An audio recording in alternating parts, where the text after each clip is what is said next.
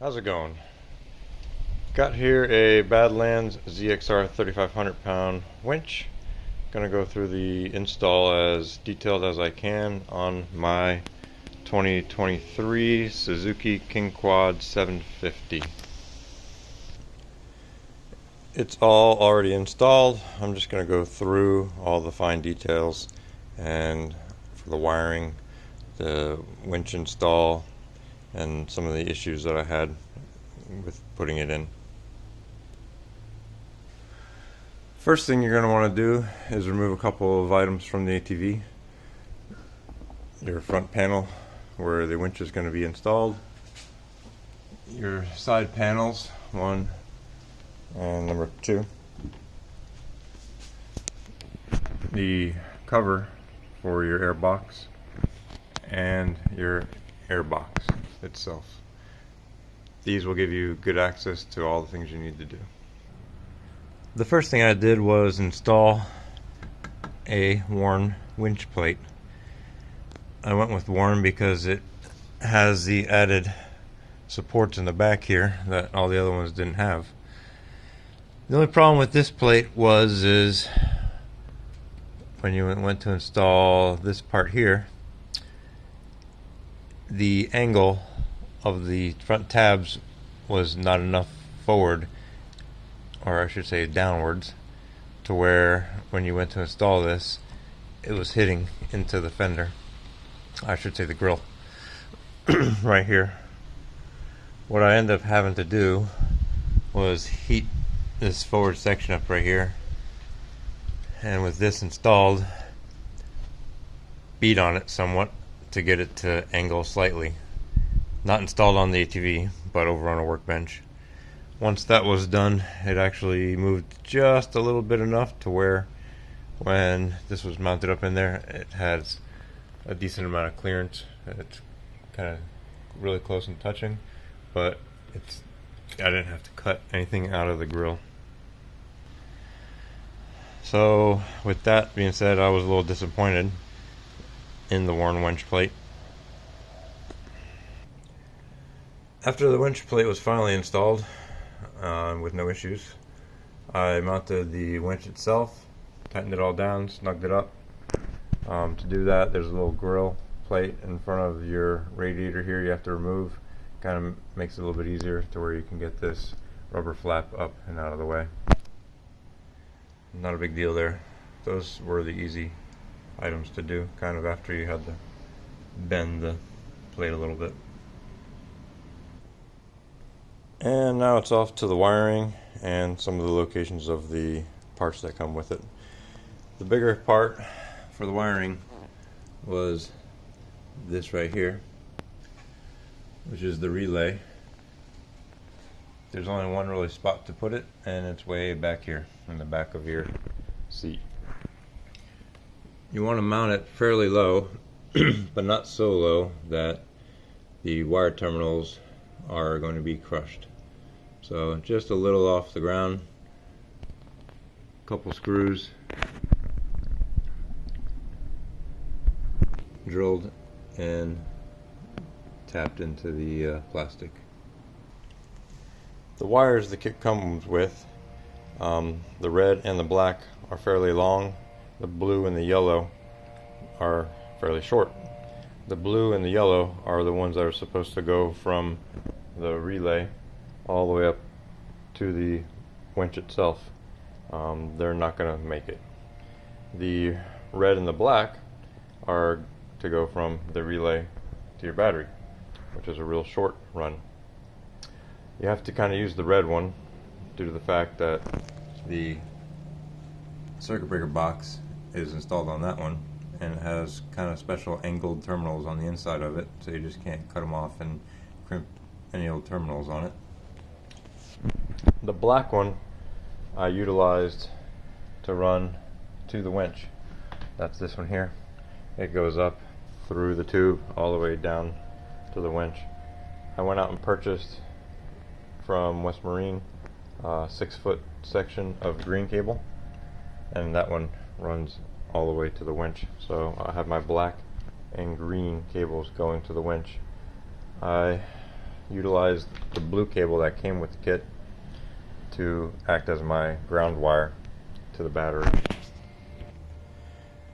So there will be some cutting of the wiring that comes with the kit to make it look nice, so it's not all wound up and stacked up in the back here. There's very limited space, as you can see back in here, and you don't want wiring piled up to where your C is going to be crushing the wiring and crushing some of the components underneath it. So with that being said, you'll need some 6-gauge 1/4 inch battery terminals. I got a total of 6 of them that I used to replace some of the ends on the cables that I cut. Along with that, it's a good idea to get some marine heat shrink tubing. You can get this at Harbor Freight fairly cheap. It comes in a whole kit with different sizes and works out great. Alright, back to the wiring. The hardest part was trying to find a spot for the positive terminal because of this fairly large breaker box.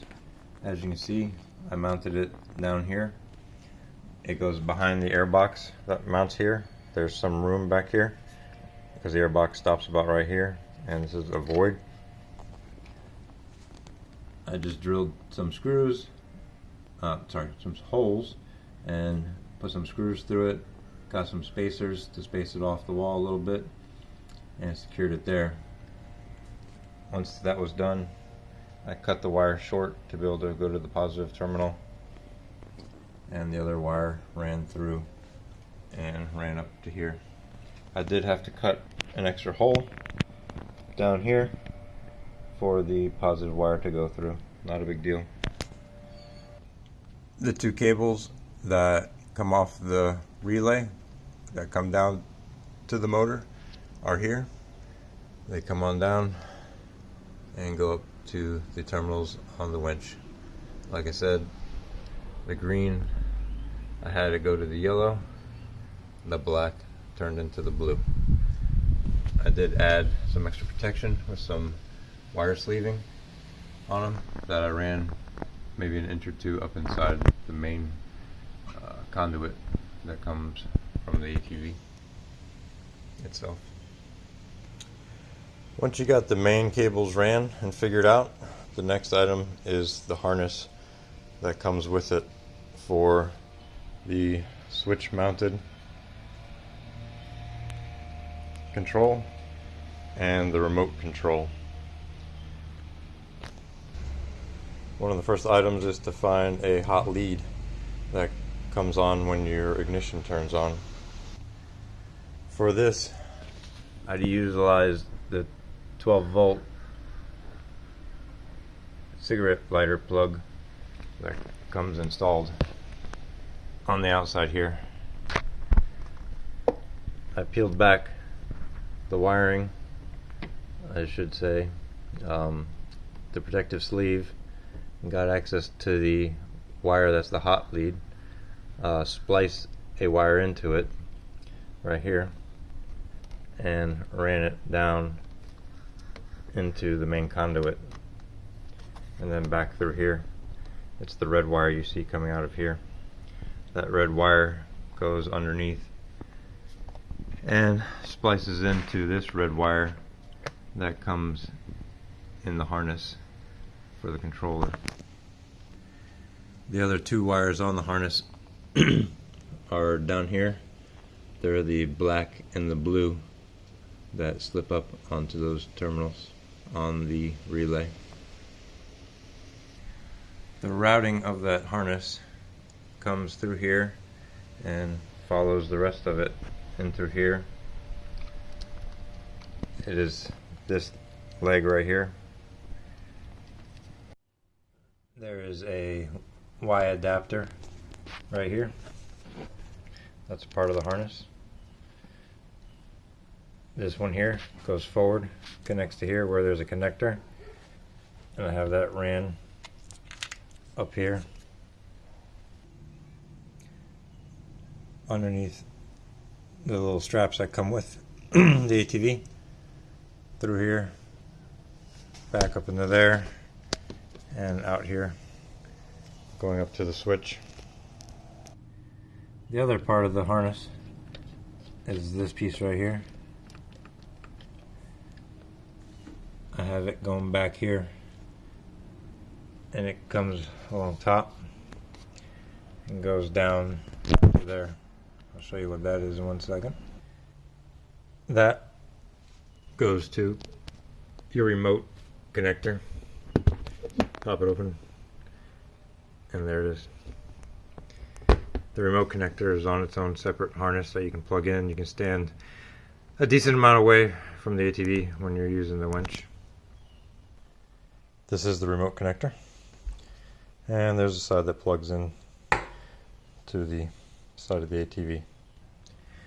Being able to mount that there, you do have to cut the harness itself, which I did right here. Cut the harness. It's 3 wires, the red, the black, and the blue. And that way you can feed the harness through the panel, because it does mount on the outside, and then connect it here. To make those connections, I use these reusable locking wire connectors. They're from Dorman. They're fairly simple.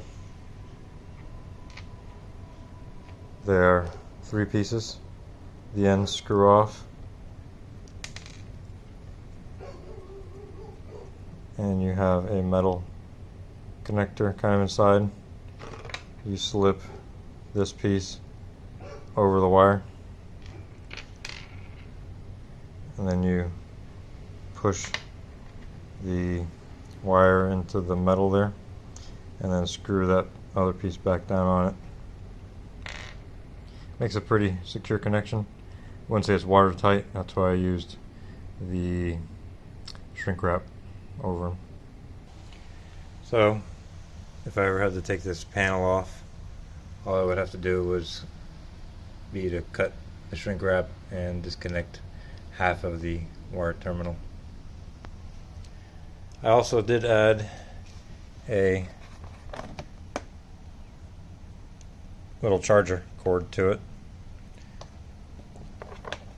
and that I just fed along here.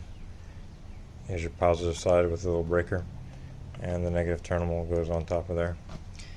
I did have to replace the battery screws, terminal screws, with a little bit longer ones due to the fact that I was adding height to it, plus I used a couple washers and a locking washer on them.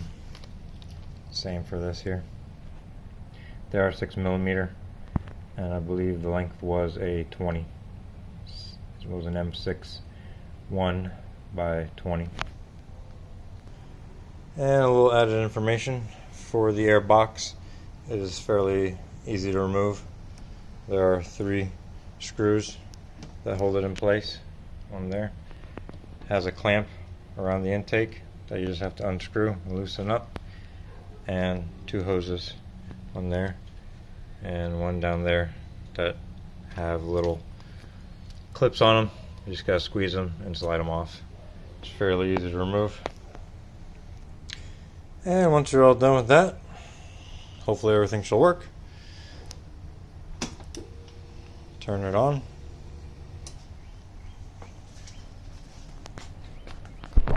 This is the switch on the handlebars.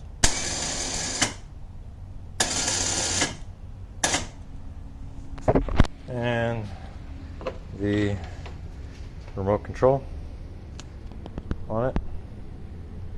That would be the out right there, and the in.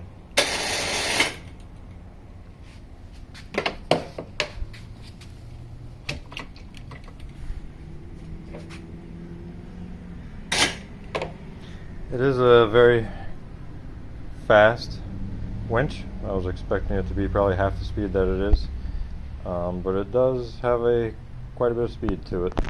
Very surprised. And that is about it. I would recommend taking your time with it. I definitely did. I'd work on it a little here and there after work at night. Just made sure I got my cuts where I wanted them on all the wiring and ran the right way. That way nothing was on top of anything or getting in the way of the seat.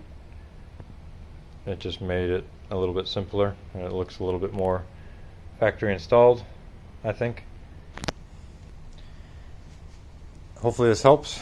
If you have any questions, please feel free to reach out and ask in the comments. Have a good day.